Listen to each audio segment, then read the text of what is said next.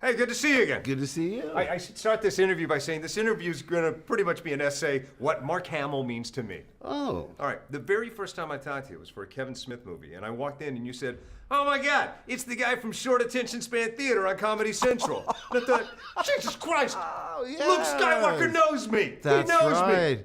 What a great concept, because you're talking to someone with a short attention span. Oh, good. And it gets worse with age. I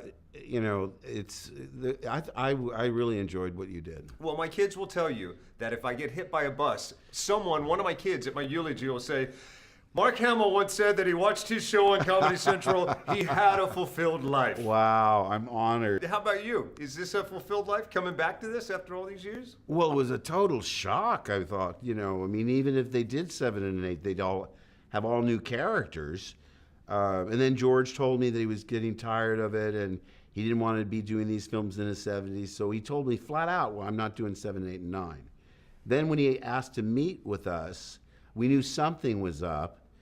And I said to Mary, my wife said, what if he wants to do new trilogies? And I just laughed. I said, honey, he specifically said, no, he's not going to do that. And he was right. He's not going to do that, but we didn't know he was going to tell us that he was turning it over to Kathy Kennedy and that she would be doing that. He said, if you don't want to come back, we won't kill your character off. No, we won't recast your character. Right. We'll just write you out. So I was so intimidated. I knew I had to do it, but I thought, ooh, we had a perfect beginning, a middle, and end. Yeah. Fans can be really hypercritical. Let's not screw it up. Yeah. So it was intimidating, to say the least. Because when we did the originals, nobody cared.